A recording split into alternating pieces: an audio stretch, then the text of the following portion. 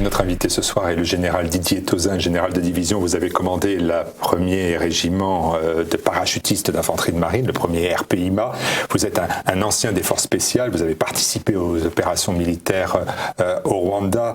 Mon général, quelle est votre réaction personnelle aux attentats islamistes à Paris? La France est-elle en guerre? Ma réaction personnelle, c'est-à-dire comme citoyen, d'abord c'est la colère.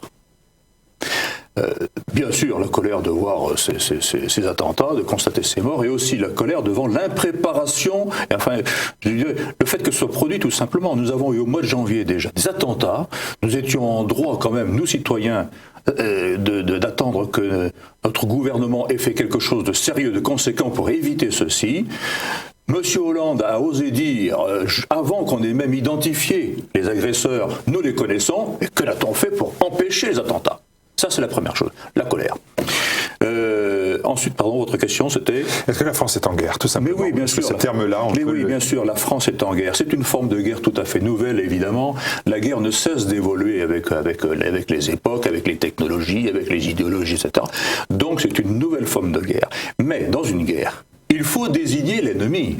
Or là, on désigne Daesh. C'est simple, c'est facile, Daesh. Mais qui y a-t-il derrière Daesh? Eh bien, derrière Daesh, il y a le wahhabisme. Et ça, ni M. Sarkozy, ni M. Hollande, ni M. Valls, ni personne ne va le désigner. Parce que le wahhabisme, c'est l'Arabie Saoudite et le Qatar, avec qui nous avons des contrats fabuleux, n'est-ce pas? Des contrats d'armement en particulier, et avec lesquels il y a d'autres arrangements. Par exemple, le Qatar nous aide bien à nos fins de mois, à partir du mois d'octobre, je crois. Et donc, il est très difficile de désigner un ennemi dont on dépend. À ce point. Mais si l'affaire prend de l'ampleur, il va être difficile, très difficile à nos gouvernants futurs, s'ils ne se démarquent pas de ces deux pays, de continuer la guerre. Et à un moment, ils seront pris en défaut. Imaginez que en France, on sache enfin que c'est le wahhabisme qui est derrière Daesh et derrière les islamistes qui font des massacres dans nos rues. Comment vont réagir les présidents? Collusion avec l'ennemi, quelque chose comme ça? C'est infernal comme position. Vous avez vous avez vécu 4 guerres civiles, vous avez participé à de nombreux théâtres d'opérations militaires, vous avez bien sûr une énorme expertise. Est-ce que vous pensez que l'armée française est prête à cette épreuve qui est cette nouvelle forme de guerre, comme vous l'avez indiqué? Psychologiquement, indéniablement. Par les modes d'action, elle s'y prépare, elle s'y préparera, elle est au point. Par contre, ce qui manque indéniablement, ce sont les effectifs et les matériels. Nous avons aujourd'hui au Mali, par exemple, des véhicules de l'avant blindé qui ont 30 ans d'âge et qui ont servi sur tous les théâtres maintenant. Nous avons toutes sortes de matériels qui sont complètement dépassés ou obsolètes. Et nos soldats sont sous-équipés par rapport à d'autres armées. Et en plus, surtout, ils sont en nombre très insuffisant. Imaginez que la force opérationnelle terrestre, c'est-à-dire les opérationnels de l'armée de terre, c'est 66 000 hommes. Ça entre dans le Stade de France. Alors certes, M. Hollande vient de dire, nous n'allons pas supprimer tant d'hommes, etc. Il y a effectivement une remontée en puissance, mais c'est notoirement insuffisant. Et surtout, il y a un énorme retard à rattraper. Je me souviens encore, dans tout début des années 90, après la fin de l'URSS, M. Laurent Fabius, grand maître en démagogie, dire il faut maintenant tirer les dividendes de la paix. Comme si le monde avait jamais été tranquille. Non, aujourd'hui la France dépense 1,5% de son PIB pour les armées. L'armée américaine, les Américains, les Russes, etc. dépensent 3%. Nous sommes à la traîne et aujourd'hui nous sommes en guerre et c'est maintenant que ces armées, ces soldats nous feraient besoin et nous ne les avons pas. Est-ce que vous pensez, quand vous dites que nous n'avons pas les moyens de notre armée, est-ce que c'était nécessaire dans ce cas-là de l'engager dans les conflits en Syrie ? Je crois que c'est nécessaire non seulement d'avoir fait ce que nous faisons, même si c'est très peu de choses, par rapport à ce qu'il faudrait faire. On voit que les répliques, c'est énormément, c'est des attentats sur le sol national, c'est la réplique. Certes, mais en même temps, si vous voulez, le Daesh, c'est une sorte de cancer qui de toute façon serait venu sur le sol national. De toute façon, il serait venu chez nous. J'en suis intimement persuadé. D'autant plus que c'est Daesh est la réplique à notre engagement aux côtés des Américains en Irak en 90, et puis en Libye aussi, par exemple. Hein. C'est ça Daesh. Hein. Et c'est aussi l'outil de l'impérialisme wahhabite, comme je disais tout à l'heure, qui a pour objectif d'islamiser l'Europe. Il ne faut pas se boucher les yeux. L'Europe aujourd'hui, c'est un ventre mou. C'est une zone de dépression démographique, de dépression, je dirais, religieuse, idéologique, de perte des repères, etc. C'est du pain béni, si je peux dire, pour les wahhabites. Hein. Donc, de toute façon, Daesh serait venu s'impliquer chez nous. Maintenant, il faut détruire Daesh. Il faut y aller militairement. Nous devons continuer cette opération. C'est vrai que François Hollande a annoncé un changement de stratégie militaire de la France. C'est un des aveux implicites de la politique qui a été menée par Laurent Fabius, son ministre des Affaires étrangères depuis 2012. Est-ce que vous validez cette stratégie militaire de la France, cette nouvelle stratégie militaire? Attendez, des aveux de Laurent Fabius. En France, il y a un chef. C'est le président de la République. Laurent Fabius, pardonnez-moi, n'est que ministre des Affaires étrangères. Le chef des armées, chef de guerre, c'est François Hollande. On n'est pas forcément très bien fourni en ce moment, hein, comme chef de guerre. Mais donc, c'est pas un désaveu de Laurent Fabius, c'est un désaveu de sa propre ligne et de la ligne de ses prédécesseurs, en particulier de Nicolas Sarkozy. Il décide un changement de stratégie sous la contrainte. Il y a eu des événements, il y en aura probablement d'autres. C'est une énorme émotion nationale et même mondiale. Donc il ne peut pas ne rien faire. Il ne peut pas. Il est obligé de... Est-ce vraiment un changement de stratégie? Il désigne Daesh, mais c'est facile, je le répète, ce que j'ai dit tout à l'heure, c'est le wahhabisme qui est l'ennemi véritable. Le changement de stratégie, il veut une grande coalition centrée sur les Américains avec les Russes. Mais attendez, il ne faut pas se moquer du monde. Les Américains, ils sont alliés aux wahhabites depuis le pacte du Quincy, n'est-ce pas? C'était après-guerre, ou pendant la guerre. Il y a 70 ans passés maintenant. Ils sont alliés aux wahhabites d'Arabie Saoudite. Et c'est eux qui ont provoqué l'explosion du Proche-Orient. C'est eux qui l'ont provoqué. Ce sont quand même des alliés tout à fait, enfin je ne suis pas très à l'aise avec ces gens-là, qui évitaient de donner les informations, les renseignements, comme on dit, aux pilotes français pour aller bombarder Daesh, et encore quelques jours. Non, je ne fais pas une grande confiance aux Américains sur cette affaire-là. Je crois que le changement de stratégie devra aller beaucoup plus loin. Il faut, je l'ai dit, je répète, désigner l'ennemi, le wahhabisme. Il faut aussi quitter l'OTAN. L'OTAN est une machine qui n'a plus lieu d'être. Elle n'a plus aucune justification défensive depuis la fin de l'URSS, c'est-à-dire 1990. Et aujourd'hui, ça ne sert plus qu'à légitimer l'impérialisme américain. Avec ça, nous pouvons très bien nous retrouver en guerre contre la Russie, en Ukraine, ou contre la Chine éventuellement. Si telle est la volonté des Américains. Il faut rompre avec l'OTAN, j'ai pas dit, avec le peuple américain, qui est un peuple ami, c'est évident, mais entre l'amitié et la vassalité, il y a une grande différence. Aujourd'hui, la France est vassale, c'est intolérable. Et ensuite, il faut non pas faire une alliance ferme, écrite, etc., mais il faut nous retourner vers la Russie, avec laquelle nous avons non seulement une communauté de civilisation très forte, très profonde, très ancienne. La Russie d'aujourd'hui n'est pas l'URSS. La Russie n'est pas ennemie de la France ni de l'Europe. La Russie a complètement changé depuis 30 ans, bientôt 30 ans. Donc, beaucoup de proximité de civilisation, beaucoup d'intérêts en commun, parce que si la Russie est intervenue en Syrie, c'est pas uniquement pour le port de Tartous. C'est aussi parce qu'elle a une menace islamiste sur son pays. Elle préfère donc aller chasser les islamistes russes et djihadistes russes en Syrie plutôt que d'avoir encore à le faire en Russie même. C'est quand même une stratégie totalement logique, celle-là. Donc nous devrions nous entendre avec les Russes, un partenariat avec eux pour détruire Daesh. Mais ça ne suffit pas. Il faut aussi arrêter le flot des migrants. Il est évident que parmi les migrants, il y a des djihadistes. Il est évident que ce flot de migrants va déstabiliser l'Europe. Il en entre 10 000 par jour, 3 600 000 par an. Mais c'est gigantesque. C'est gigantesque. Nous allons déstabiliser l'Europe. Il faut arrêter le flot des migrants. Donc, il faut aller mettre hors d'état de nuire les passeurs. C'est facile. Nous les connaissons. On connaît leur numéro de téléphone. Il faut tout simplement le vouloir. Il ne faut pas s'arrêter là. Il faut arrêter les flux d'armes, en particulier le Kalachnikov. Nous savons qu'elles viennent essentiellement du Kosovo. Eh bien, il faut arrêter ces filières. Donc, vous voyez, il y a toute une série d'actions. Il faut bloquer les côtes turques et libyennes, tant pis si les Turcs ne sont pas contents. Il le faut. C'est une nécessité de survie aujourd'hui pour l'Europe. Il faut essayer d'impliquer l'Europe derrière nous dans cette affaire, c'est évident. Et si l'Europe ne le veut pas, il faut le faire nous-mêmes, avec les gens qui le voudront, avec les Russes. Je pense que nous pouvons aussi nous entendre avec les Égyptiens dans cette affaire. Et enfin, il y a sur le territoire national. Sur le territoire national, il y a quantité de choses à faire. Vous avez commandé le premier RPIMA. Est-ce que vous pensez que dans une coalition que vous prenez avec les Russes en priorité, si j'ai bien compris, on peut faire l'impasse sur une intervention au sol? Est-ce que c'est réaliste? Aucune guerre ne peut se gagner sans intervention au sol. Ça avait des conséquences. Mais bien sûr, mais attendez, quand on fait la guerre, on prend des risques. On le sait. On le sait. Sinon, on ne se fait pas soldat. Hein? Sur des Occidentaux, sur la terre d'islam. Vous savez Et alors Vous pensez que ça ne peut pas accroître le conflit? Mais pourquoi? Il y a bien des chrétiens en terre d'islam, comme on dit. Et pourquoi terre d'islam?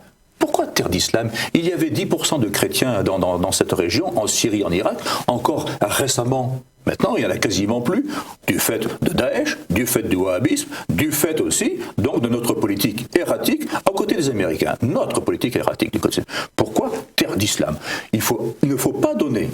Je dis bien, il ne faut pas donner. Et là, en cela, j'ai un appui, si je peux dire, de poids, en la personne de Kamel Béchik, que j'ai rencontré hier dans le train, en venant, et avec qui j'ai passé 1h30. Kamel Béchik qui me dit, entre autres choses, oui, je suis musulman, mais je suis d'abord français. Ouais. Et puis, la religion, c'est une affaire personnelle. Et puis, à force de dire il ne faut pas d'amalgame et de ne pas désigner l'ennemi, si on ne désigne pas l'ennemi, on aura de l'amalgame. Et puis, il faut des troupes, etc., etc. Musulmans. Donc, je crois qu'il faut ne pas donner dans l'idéologie des wahhabites le Dar el-Harb, la terre de la guerre, et le Dar el-Islam, la terre de l'islam. Nous sommes chez nous ici, ils sont là-bas, et ici nous avons des musulmans, il peut très bien y avoir des chrétiens là-bas, il y en avait jusqu'à encore une date récente, je ne vois pas pourquoi on n'enverrait pas de soldats français sur place. D'autant plus qu'il n'y a pas que des musulmans et des chrétiens, il y a aussi les alaouites qui ne sont ni musulmans ni chrétiens, il y a les druzes, etc. Alors, j'ai regardé... Par contre, pardonnez-moi, je vous en prie. On n'a plus les effectifs suffisants aujourd'hui, ça c'est clair. Alors moi, ce que je suggérerais volontiers, parmi les nombreux jeunes hommes syriens qui sont ici chez nous, eh bien écoutez, on les enrôle, on en fait des régiments, encadrés par des officiers français, et on les envoie là-bas.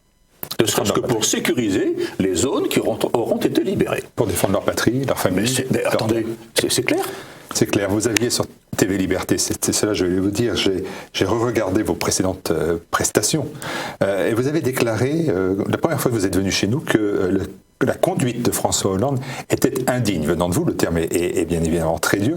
Est-ce que ce terme-là, vous le retirez au regard de la gestion de François Hollande, de l'épreuve que les Français, que nous traversons tous aujourd'hui? Alors, j'avais dit la conduite de François Hollande est indigne relativement à sa décision d'envoyer les cendres de Jean Zay au Panthéon. Jean Zay qui avait traité le drapeau tricolore de torche-cul. Je maintiens que la conduite de François Hollande en la matière était indigne. Bon, ici, sa conduite n'est pas indigne. Elle est, comment dire, je ne sais pas comment dire d'ailleurs. Nous attendons un chef.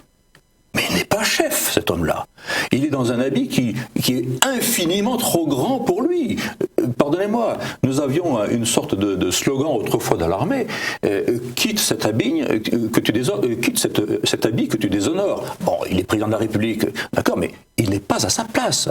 Il n'est pas chef. Il se met quasiment à pleurer devant les caméras. Mais en temps de guerre, le chef des armées, chef militaire qui se met à pleurer parce qu'il y a des morts, mais c'est pas possible. Qu'il y ait de la compassion, c'est normal, il en faut de la compassion. Moi aussi j'en ai, et j'ai prié pour les victimes. L'a-t-il fait, lui? Mais ceci étant, il est chef de guerre. On attend autre chose de lui. Non, je suis désolé, c'est un mou, il n'est pas à sa place, c'est pas un chef. Alors, il a fait pourtant à Versailles une série d'annonces, prolongation de l'état d'urgence, modification de la Constitution et création d'une garde nationale. Est-ce que pour vous, ces trois thèmes, ceux-là, sont des réponses efficaces à la situation? D'abord, avant de parler de ces propositions directement, je dirais que j'ai entendu parler de changements constitutionnels, de nouvelles lois, etc. Ok, d'accord, très bien. Mais rien de cela ne fonctionnera s'il n'y a pas un chef. En temps de guerre, il faut un chef. C'est tout. Hein.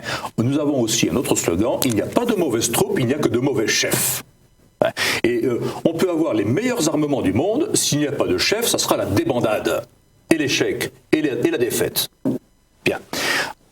Au-delà, je constate aussi qu'il faut encore une fois attendre le pire pour réagir, au lieu de pro-agir, au lieu d'agir avant, au lieu de réfléchir. Il n'y a pas au niveau de l'État de réflexion stratégique, manifestement, de réflexion prospective, envisager les menaces futures et agir avant. C'est ça qu'on attend aussi d'un État.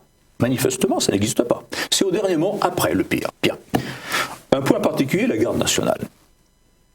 Quand le président Chirac, en 1996, a décidé de suspendre le service national, j'ai fait partie d'un groupe d'officiers qui a proposé, un groupe d'études bien entendu, qui a proposé officiellement, la création de ce qu'on appelle aujourd'hui la garde nationale. Bon, peu importe le terme, c'est encore un américanisme de plus. Et bien entendu, ça a été refusé pour des raisons budgétaires. Voilà.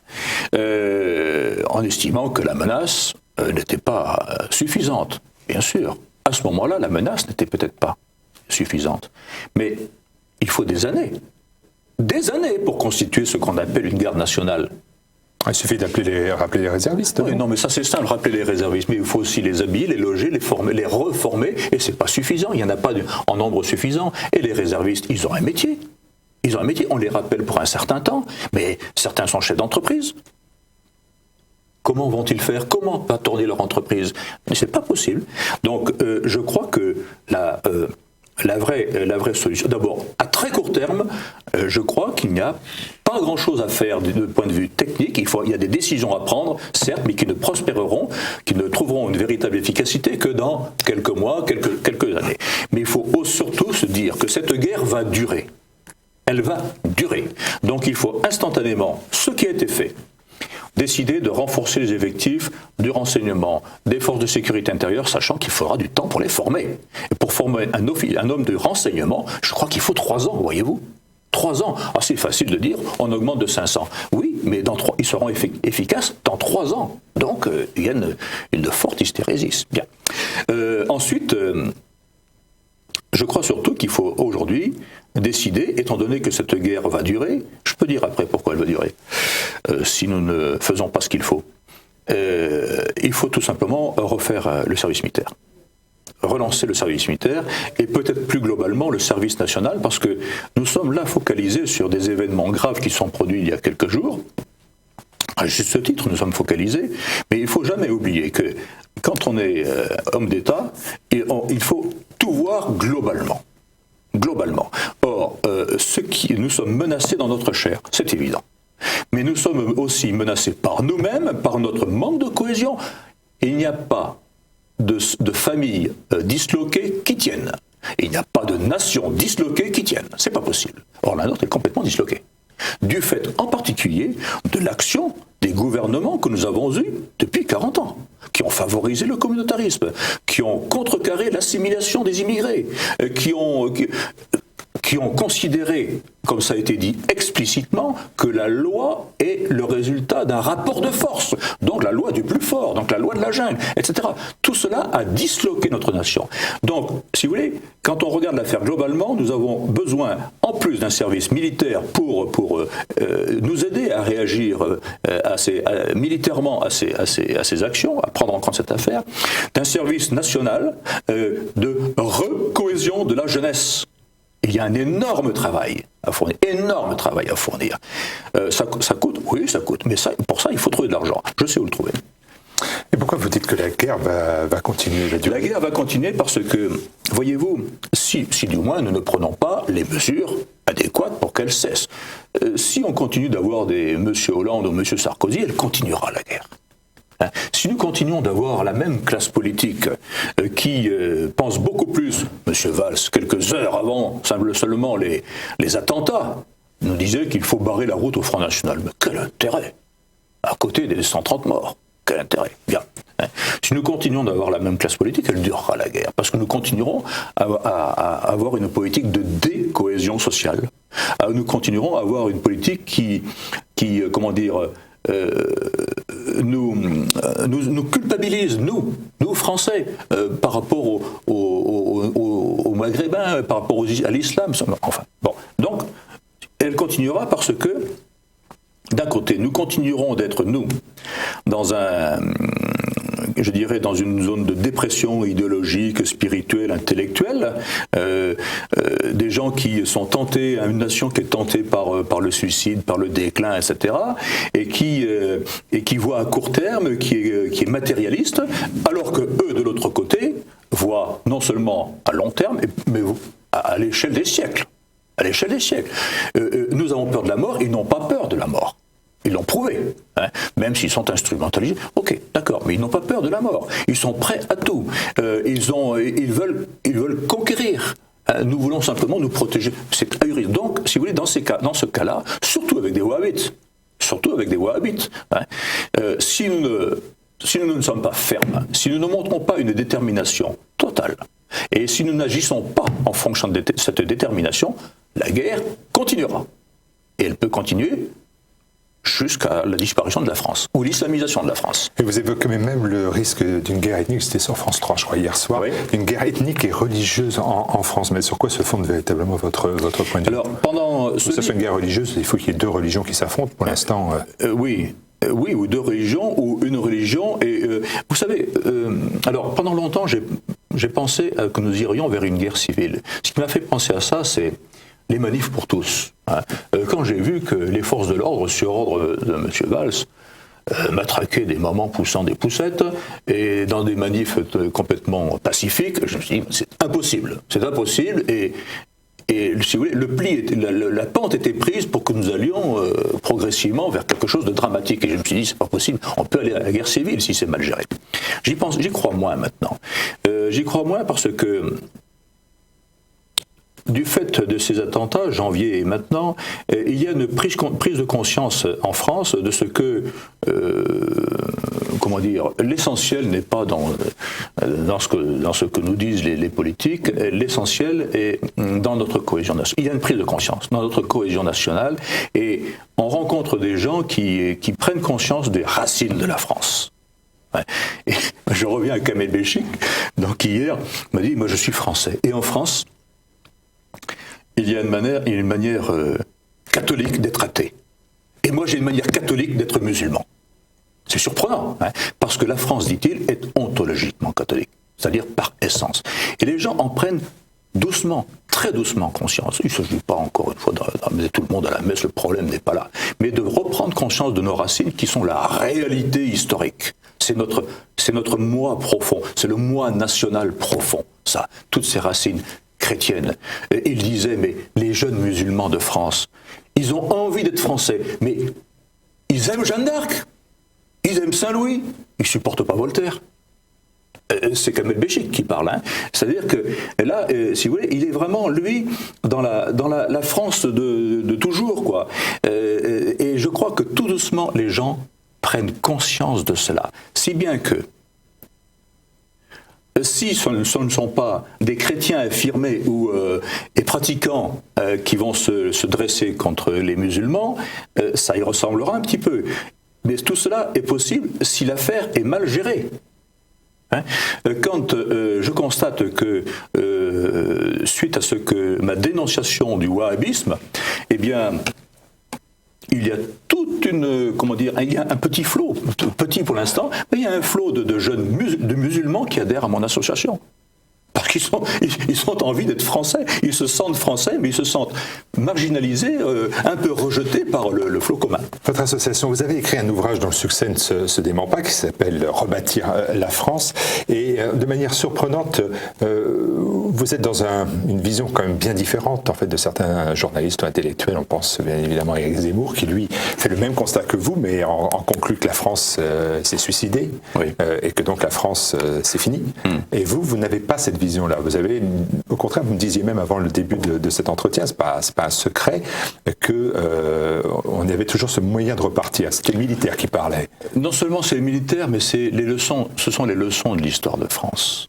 Je crois que c'est un Britannique qui, au moment de la Révolution de 89, alors que ses concitoyens se réjouissaient de voir la France dans l'état de délabrement avancé dans lequel elle était, leur disait: méfiez-vous, la France est le pays qui connaît les plus grands abaissements, suivi des plus grands redressements. Et c'est quelque chose qu'on a connu tout au long de notre histoire, tout ça.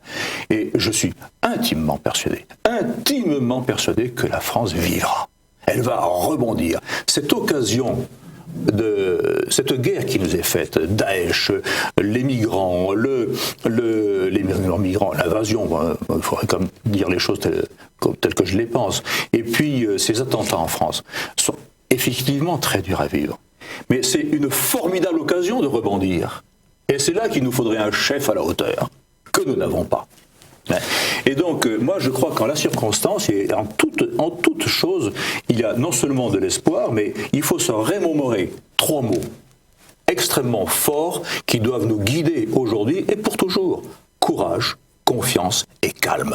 Dans l'adversité, courage, confiance et calme. Et c'est le redire personnellement, quotidiennement. Et c'est les dire à notre entourage. Courage, confiance et calme. C'est avec courage que vous avez été soldat, c'est avec confiance que vous croyez en votre patrie, c'est avec calme aussi que vous avancez sur la scène politique. Est-ce que les événements vous renforcent dans votre idée, d'une manière ou d'une autre, de vous mettre au service de la patrie un peu plus? Vous aviez dit aussi sur TV Liberté, président de la République, pourquoi pas? Oui, mais je répète, président de la République, enfin, candidat à la présidence de la République, parce que pourquoi pas, oui, et je ne peux pas prendre ma décision fermement aujourd'hui, c'est évident, mais chaque jour qui passe m'avance vers cette décision, et au mois de février, mars, je ne sais pas exactement, je publierai un nouveau livre qui sera un projet pour le quinquennat. Très, très objectivement, et nous continuerons. Je dis nous parce que j'ai une équipe avec moi maintenant, et nous allons maintenant, dans les jours qui viennent, avant la fin de l'année, créer un mouvement politique qui est appelé à porter ma candidature éventuelle, probable. Et là, ma première question, quand nous nous sommes rencontrés la première fois, c'était: est-ce que vous vous sentez plus général de Gaulle que général Boulanger? C'était une boutade, mais aujourd'hui, quelle est votre vision que vous avez? Celle d'un général qui va sauver la France? Non, celle d'un général. Je suis général non pas par accident, mais par culture, par profession. D'abord, ni De Gaulle, ni Boulanger, ni Bonaparte, ni Saint-Louis. Enfin, je suis Tauzin, quoi. Didier Tauzin, ça me suffit. Il faut déjà le vivre, et c'est ça, c'est ma vocation à moi. Ensuite, c'est toujours une affaire de circonstances, voyez-vous. Les circonstances qu'a vécu Boulanger, celles qu'a vécu Bonaparte, celles qu'a vécu De Gaulle, etc., ne sont pas celles que nous vivons aujourd'hui. Donc moi, je suis certes général, je suis surtout un amoureux profond de la France. J'ai une passion pour la France, et puis une certitude totale, elle vivra. Alors aujourd'hui, elle court de très gros risques. Je pense que nous avons quelques années de très gros risques, après lesquels, si bien sûr nous voulons nous mettre au travail sérieusement, après lesquels la France s'épanouira de nouveau. Mais là, il y a de très gros risques, parce que, 1, nous sommes dans des graves difficultés, 2, nous avons des hommes politiques qui ne sont pas du tout à la hauteur, nous avons un système politique qui est complètement dépassé, parce que c'est ce que De Gaulle, donc en l'occurrence, appelait le système désastreux des partis, c'est-à-dire des grands féodaux, comme autrefois sous la royauté, qui se partagent finalement la souveraineté, qui vivent aux dépens de la France et des Français. Donc oui, c'est très difficile. Et puis il y a tous ces communautarismes, toutes ces difficultés. Mais quand on se promène en France, il y a un foisonnement d'énergie qui ne demande qu'à vivre, qu'à se développer, et qui sont comment dire, empêchés de le faire par une multitude de carcans, au premier rang desquels l'État.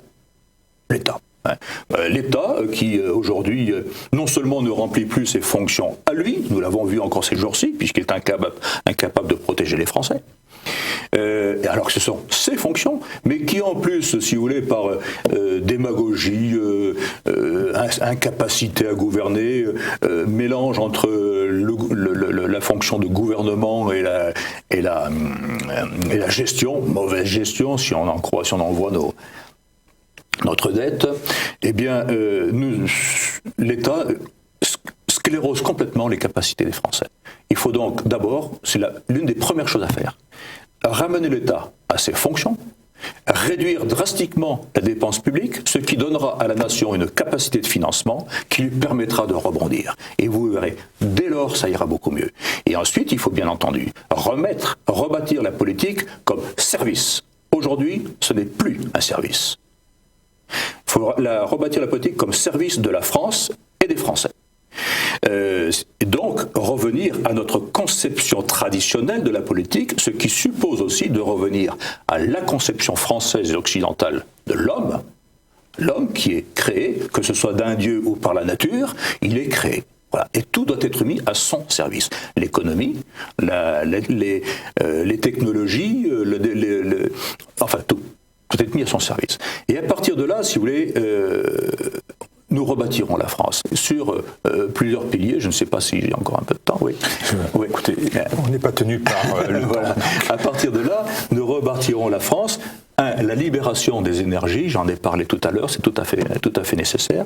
Il faut repartir aussi des familles, de la famille, parce que il est clair que la famille, dans tous les pays, ce n'est pas comment dire propre à la France, c'est partout. La famille reste la cellule de base de la société. C'est elle qui assure le renouvellement des générations. C'est elle qui est le premier lieu de civilisation et d'humanisation de l'homme. Elle est le premier lieu économique. Elle est le refuge, etc., etc. Voilà. Donc une politique de la famille et de l'enfant. Jamais oublier. Politique de la famille et de l'enfant très forte pour redonner vie à nos familles qui aujourd'hui souffrent terriblement. Ensuite, il y a la cohésion nationale, j'en parlais tout à l'heure. Alors là, il y a énormément à faire. J'ai parlé du service national, mais refaire l'ascenseur social. Il n'existe plus cet ascenseur social. Même dans les armées, on a beaucoup de difficultés à le maintenir. Même dans les armées. Donc ça suppose, bien sûr, aider les plus faibles et les défavorisés, c'est évident. C'est ce que j'ai fait autrefois dans ma dernière année de vie professionnelle en créant l'établissement public d'insertion de la défense. Mais il faut aussi responsabiliser les Français. C'est ça l'État-providence. La providence, c'est pas de tout faire à la place des Français, de leur donner tout à manger sans qu'ils n'aient rien à faire. Non, c'est au contraire de les responsabiliser. La responsabilité est l'un des facteurs de la dignité de la personne. Voilà. Responsabilité personnelle, responsabilité de son époux, de ses enfants et puis de la nation. Nous sommes tous co-responsables du bien commun. Et enfin l'enseignement. Vous êtes en campagne ? Je ne suis pas en campagne, je réfléchis, j'avance. Ça a tout l'air. Non, je ne suis pas. Oui, si ça viendra un jour, sans doute.